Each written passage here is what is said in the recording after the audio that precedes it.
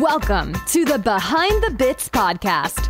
Your host, Scott Curtis, wants to learn everything he can about stand-up comedy and take you along for the ride. Scott and his guests talk serious about comedy in every episode. Behind the Bits will uncover knowledge from different perspectives on subjects such as writing and performing stand-up comedy, as well as booking shows and the comedy life. If you're thinking about becoming a stand-up comic, already in the comic game, or a comedy nerd, Behind the Bits is the show for you. Now, let's get Behind the Bits.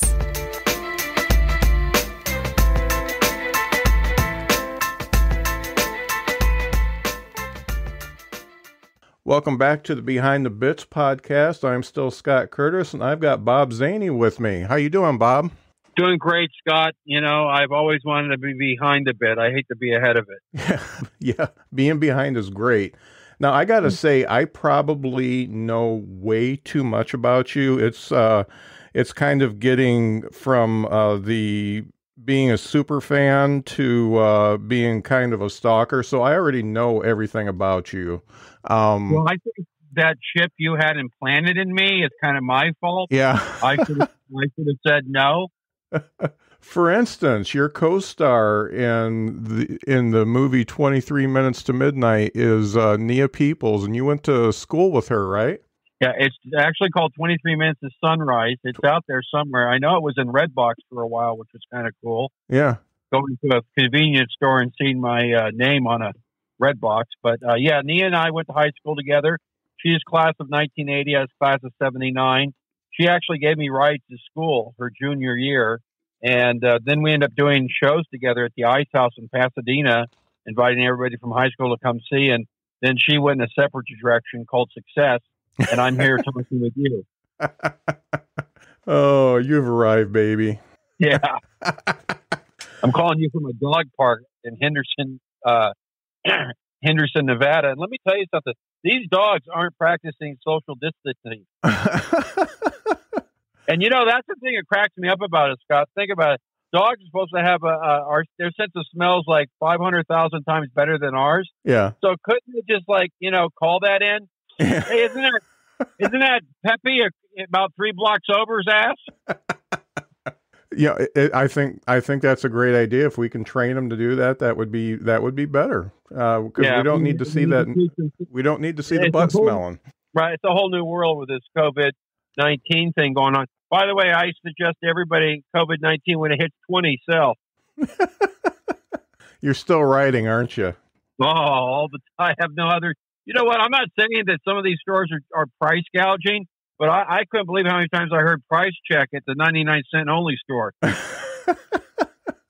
I know the podcast isn't about jokes and stuff. It's more about the seriousness of it all. And really, you have to be a very serious human being to want to be funny. I'll tell you that much. And I'm not being sarcastic or facetious. Right. And that's,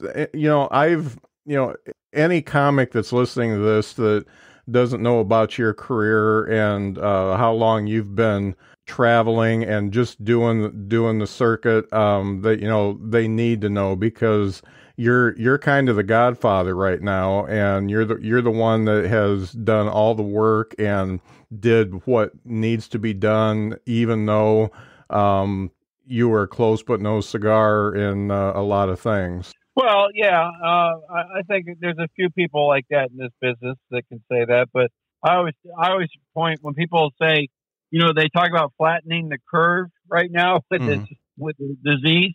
Well, my career's been a flat line, but at least it's been consistent. You know what I mean? Yep. I mean, some of them.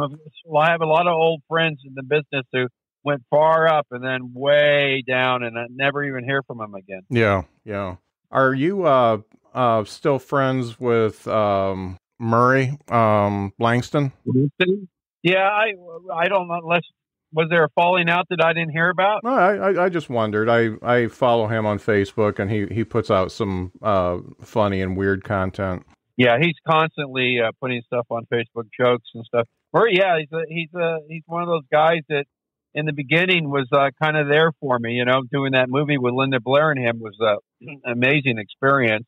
Yeah, obviously he shared some of the same interest as you, because you did the Gong Show and he did the Gong Show too.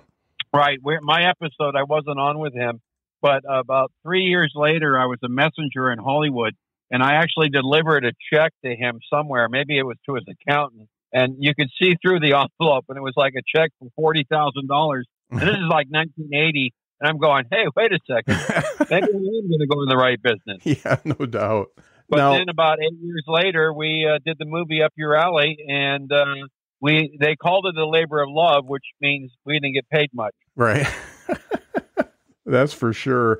Now, obviously, when we first started talking, you threw out a couple good current one-liners, and most of your humor has to be relatively current, like for the Zany report that you do on Bob and Tom and stuff like that. Right. What is your process to get the jokes going? I mean, you obviously can fire them out pretty quick. Do you just like read the paper or check the internet and write from there? Yeah, I'm actually a newspaper guy still. Of course, if I hear something on the radio or the TV or see something that, pops out, yeah. But most of the stuff I write, I immediately will circle. I read the 50 story wrap up in USA Today, and there's always like 3 or 4 good ones in there. And then I go, well, there's a potential for a joke here, and I'll circle it. Then I'll come back, and then I sit down and I write like 15 to 20 jokes. And I don't stop to think about if they're funny or not. And then I put them in a pile, and then I revisit them a couple days later and pick through what I like. Mm-hmm. Now, is that something that you do every day? No, I don't do it every day at all. I do it like once or twice a week. And I also take a lot of notes during the week. And like I said, I'll circle stories, and then I sit down and, go out, look at them again. And then there's some jokes that just happen, I mean, I'm fortunate enough where I'm working the crowd, and I'm writing bits just off the crowd that I can actually use again. And I'll give you an example. I was in Loves Park, Illinois, and the mayor was in the audience, and his name was Mayor Jury. So I said, I guess when you have sex with your wife, she calls it jury duty. And then he said, yeah, because every time we try, she gets out of it. Now that's a really solid little joke in my act now. Yeah. And I'm the one who said she's always trying to get out of it, but it's better structurally for the joke for him to say that, Right, right. Now, if anybody's seen you, they know how fast you are. And the crowd work is just fantastic. I mean, you kind of got a little bit of a Rickles type thing going on, but it's definitely all you. When you first started doing stand-up, was the crowd work in there, or when did that come in for you? I think the crowd work started happening probably just a few years in, but I wasn't very good at it. I mean, I would have moments, but it took me a good 15 to 20 years to develop the point where I know what I'm doing, and I can make it happen. I hate watching comics who can't do crowd work. Mm-hmm. It really, it's just so. Oh yeah, really? And then was that the response? I did a TV show. It was called World's Dumbest Criminals, and what they do is they have you come in and you comment on, all these wacky videos, right? I don't know if you remember that show. I think it was I do. And so I go in and I have all these great jokes, and I tape it out, and then 6 months goes by, and I asked my manager, is that going to ever air? She said, oh, you didn't make the cut.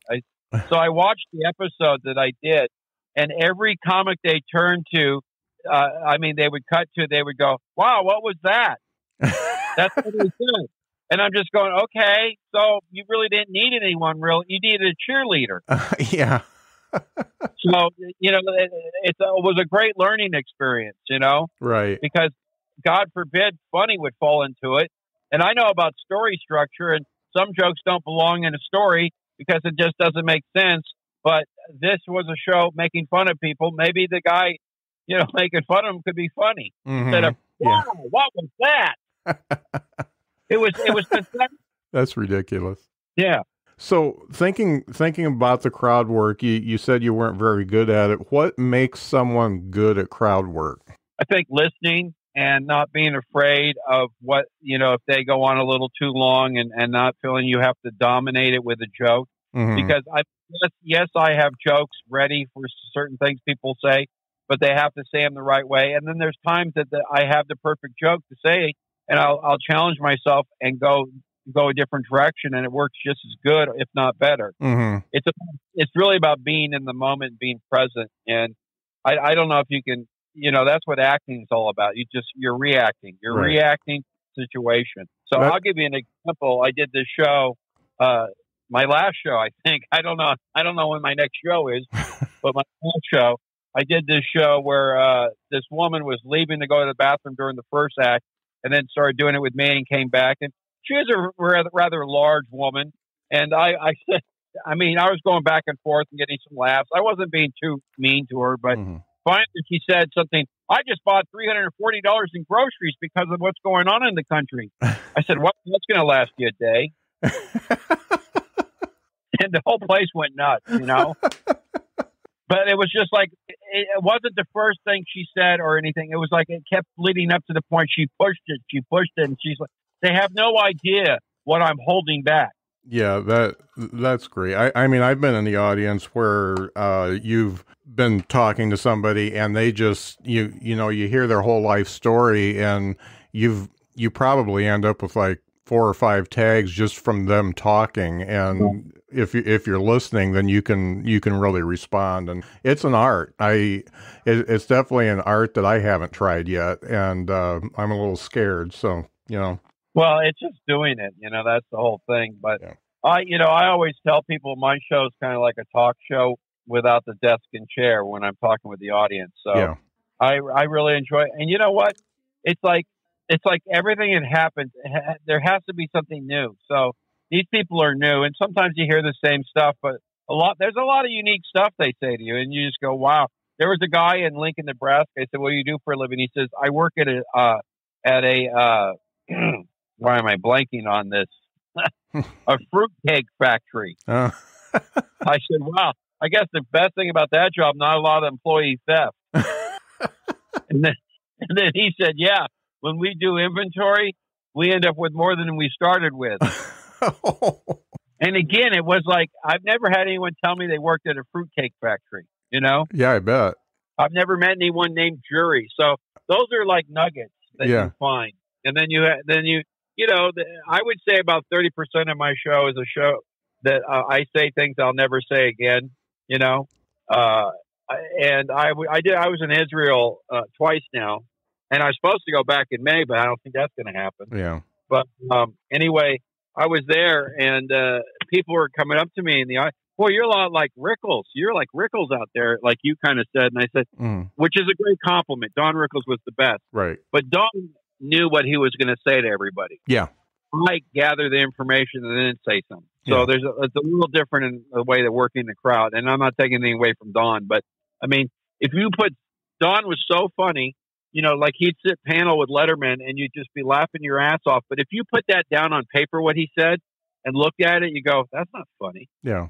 Yeah. I was actually reading one of the comedy books I was reading. I can't remember who put it out, but they said the way to succeed at crowd work is to always have your script ready so you know how you're going to respond no matter what. And then I applied that to what you do, and you're totally different. You don't have a script. You just listen, which is more of like an improv type thing. It is, and it's also like, it's interviewing skills. It's like you do have to listen to someone else. And God bless Jay Leno, and, he's a great guy and everything, but, he was always thinking about the next joke as opposed to listening to what they're saying, because they could say stuff that can set you up and you go, boom. Yeah. Carson was great at that. He'd just wait. He'd wait, and then you go, I'll give you an example. I did a radio show. I don't know where it was. I've done over 50,000 now that I've realized after I extrapolate the number, but it was this, 2 people, and they had me come in. I was sitting on the back of the room waiting to go on, and, they were like, we got to do our segment, blah, blah, blah. Then we'll get to you. I said, fine. And I didn't say a word.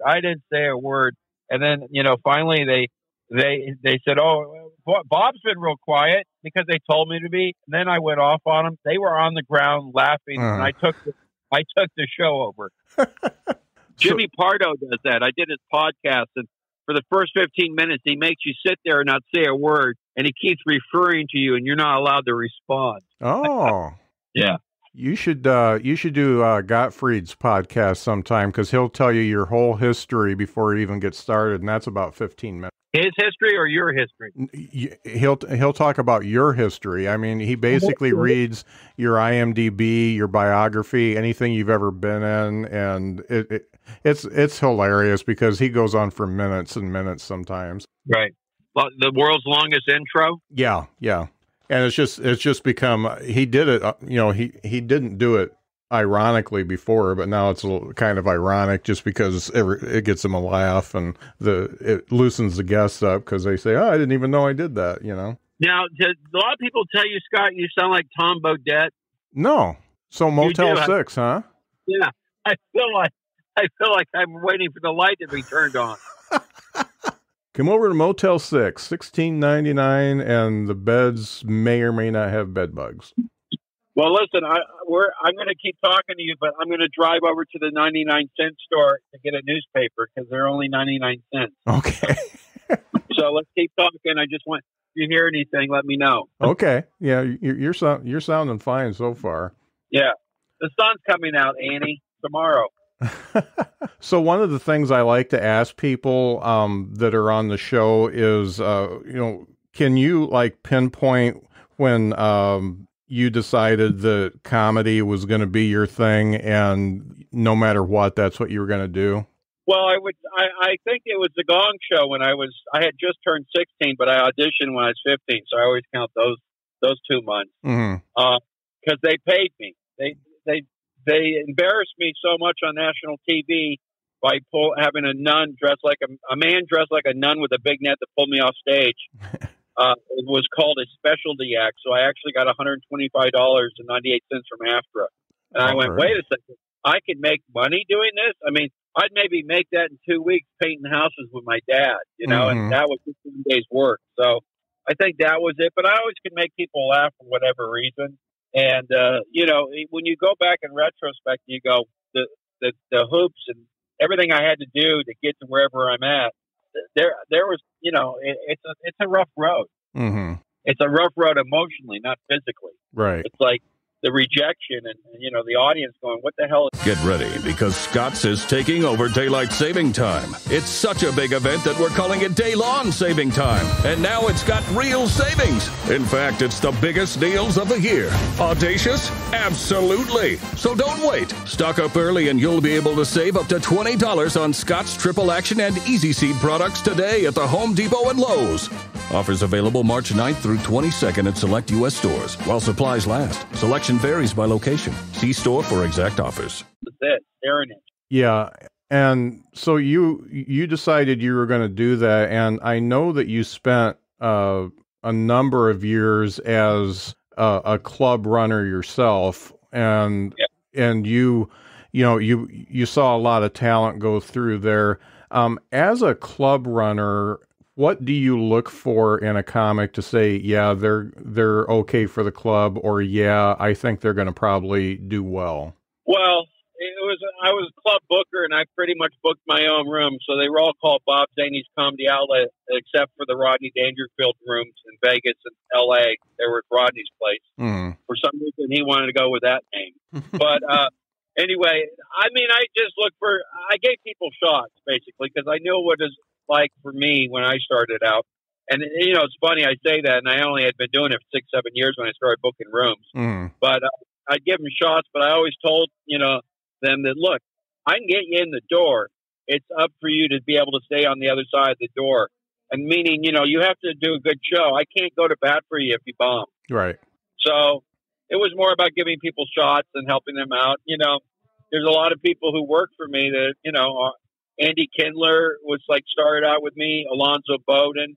I go down the line with names like that who are now, successful, well-known comedians. Mm-hmm. Did you ever have any that you thought were, they were kind of a bright, shining star and they didn't do so well? No. But to add on to that question, it's interesting. I've asked people about Robin Williams, and I know like Bob Fisher from the Ice House, and a few of these people when they first saw Robin, and how they said, "This guy's it. He's the guy," and they were right on that, you know. Mm-hmm. And you know, there's people like Letterman who had to have a lot of failure to finally get success. But Robin was those guys that he was just like boom, boom, boom, boom, boom. And I got to work with him about a year before he passed away at the Throckmorton Theater in Mill Valley, and it was an incredible experience. Mm-hmm. The booker called me up and said, Rob Williams liked to go up. I was headlining. He'd like to go up after you. And I said, well, does he have a tape? But, as you've seen me perform, I'm all over the place. And so it's a theater stage. So there's a backstage. And I kept going in the back to talk to like someone who's not there. Mm-hmm. And like the first time I did it, there's Robin. And he was laughing his ass off. And I went, wow. But I've been always able to make other comedians laugh, and I also make the audience laugh. So I think that's a rare one. You know what I mean? Yeah, that's something that I think a lot of comedians don't understand, that when you can make another comedian laugh and they've got respect for you, that's a whole other ball game than making an audience laugh. And I think that's really cool. And I've only known a few that really do that as well. Well, Jerry Lewis would introduce me on the telephone as the comedian's comedian, and I think that's fine and everything. But Andy Kindler's a comedian's comedian because he does make all the comics laugh, but sometimes the audience not so much, and that's how we get paid. Yeah. Being able to do both is definitely important. So on the other side of the coin, you've been booking these acts for years and stuff like that. Now you've also done a lot of writing for other comics, correct? Yeah. Now, do you still do that? Yeah, once in a while. I mean, there's someone I worked with on this sitcom I did out of Carson City, and she put something together, and I'm writing jokes for her by watching it. So yeah, and Brad Garrett, I wrote some jokes for him recently, and I do it when I'm asked, and if I'll watch somebody I like, and I said maybe I can give you some stuff, and that's how that works out. So, what is the process for writing a joke for somebody else? You obviously got to know a little bit about them, but how do you get into their voice and do a joke for them? Well, that's just it. You can give them the best joke in the world, and they go, that's not me. So it's up to really them. So you give them enough where they find the ones that they think they can put it in their voice, Mm-hmm. and they can, there's times, I'll give comics jokes all the time, and they'll go up and do them, and they do them half-heartedly, and it doesn't work, and they go, see? I go, no, you didn't even try. You threw it away. Mm-hmm. So, and I've done that too with jokes. And then there's jokes you do the first time you ever do them, they destroy, and then they never work again. And you go, what the hell was that? Yeah. So that's like the placebo effect.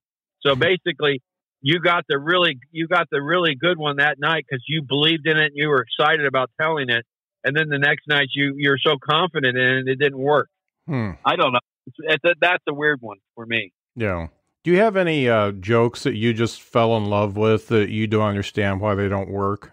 Yeah, there's a few. That one was, my brother and sister are living in their car, and they found out she's pregnant. My brother and sister-in-law. I'm not from Kentucky. My brother and sister are living in their car, and they just found out she's pregnant, so now they're out looking for a bigger car. That's funny. Yeah, it is funny, but it doesn't really fit the stage.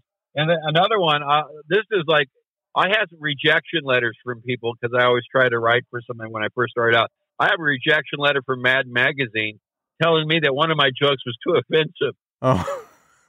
It was a car for the blind, and I had the little canes in the front going back and forth. It's just a diagram and everything. And then I have another rejection letter from Rodney Dangerfield, who 10 years later I ended up working for. Or it was maybe even 8 years later. But anyway, one of the jokes I submitted was like perfect Rodney. It was, I went to an Everything Must Go cell. They asked me to leave. So anyway, it's And it is. It's their voice, and they're the ones that have to sell it. So you sit back and you give them whatever you give them, and it's picking and like the writers on the Tonight Show. I think they have to write like 20 jokes. This is the old days. I don't know what they do now, but they had to write 20 jokes a day, and they'd be lucky if they got 1 or 2 jokes on in a week. So out of 100 jokes, if they got 1 or 2, they were batting pretty good. It's like baseball. Yeah, I've heard some interviews with people who wrote for the Tonight Show, and that's exactly what goes on. And I mean, that's a grind. And I mean, you got to pull stuff out of nothing sometimes to get those 20 jokes. Yep.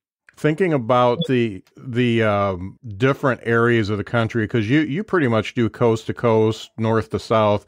Do you have any favorite places where your favorite audiences are? No. They're all the same. That's your job. Your job is to win over the audience. And most people get what I do, so I have no complaints. Right.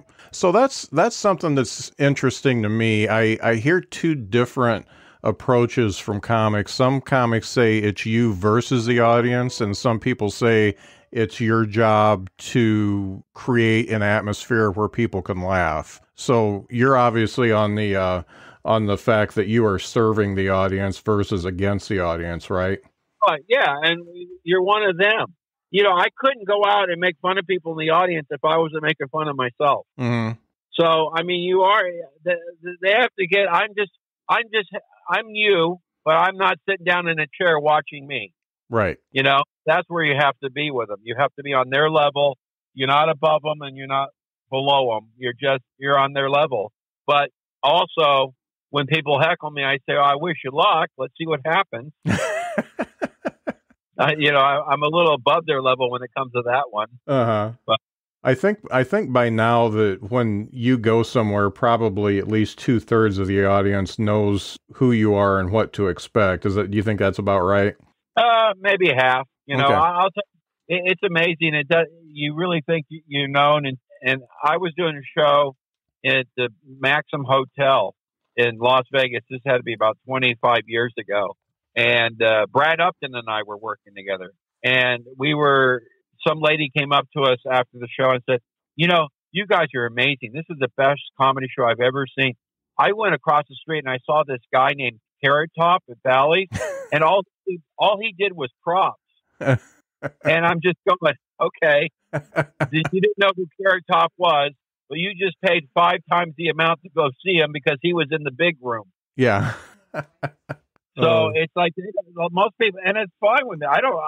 It's fine if they know you. I mean, there was a point in the 90s when I had done so much TV, I was getting the old Steve Martin thing why he quit doing comedy because people were yelling out his bits. I was getting that for a while, and it was a little frustrating, Yeah, I bet. Now people request jokes. I'm more than happy to sneak them in. Yeah, I was always, I was in a lot of the audiences in the 90s. You were playing Midwest. That's when I became super. Yeah. Well, you're going to really have to rethink that. Yeah. So have you had any times in your career where you said, this isn't worth it and wanting to walk away? No, but I fantasize about having a day job and just going, to work and then coming home. Yeah. Because I did a day job, so I knew kind of what that was like. But, everybody has their doubts whenever they do anything. And then they go, well, is this it? This could be ending now with the COVID-19, baby. Yeah, I know. Who knows when people are going to feel comfortable go back out. Here's another thing. Now I'm at the Dollar Tree, and next door to it is the Plasma Center. And the people standing in line outside aren't practicing social distancing. No doubt. So that's good to know that they're donating blood. That stuff is still open? That's one way to get a free COVID-19 test. Holy cow. That's totally nuts. I know you're busy and I don't want to keep you forever. One of the things that I've always admired about you is that you can work 100% clean, and you can also work a little blue. How did that come about, and how do you differentiate your act and stuff like that between the clean and dirty stuff? Well, and I think unless you're saying the F word every 5 seconds, clean is and dirty are left to interpretation by audience members. I mean, I've done an adult show where a woman comes up and says, "Wow, you're so funny and you're so clean out there. Thank you." And I go, "Did you watch the show?" But I do a lot of corporate stuff, and people, and there's so much on YouTube now of me that I haven't watched, and who knows what I'm saying. I always tell them, if they have any doubts, just tell them I did the Jerry Lewis telethon for 17 years, and I didn't say the F word on the air. You know what I mean? I know when to be clean and when not to be. I think any comic who's done a lot of corporate shows where they say, "Hey, do whatever you want," that's when you have to really hold back. Mm-hmm. Because that's some idiot giving you advice. Right. So, and you let the audience decide. You kind of let the audience go, "Oh, okay, you're letting me go a little further." And the stuff that's a little off color is the stuff that gets the biggest laugh. So I don't know what to tell you. Yeah. It's I've watched you walk the line and go over the line when you found out you could, and that's an art because you're listening again, obviously. Yeah.